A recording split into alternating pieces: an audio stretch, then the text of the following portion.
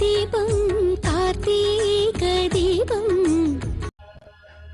శివ శివ శివ శివ కార్తీక్ వెళ్ళిపోతున్నాడే.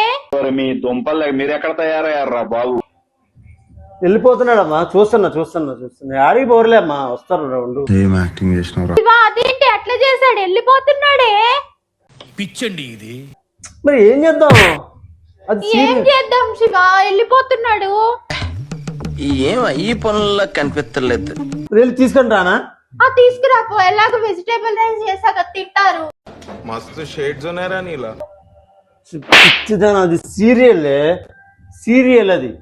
నీ చచ్చిపోతా, నన్ను ఎలాగో చెప్పేస్తా. సీరియల్ అయినా వెళ్తున్నాడు కదా.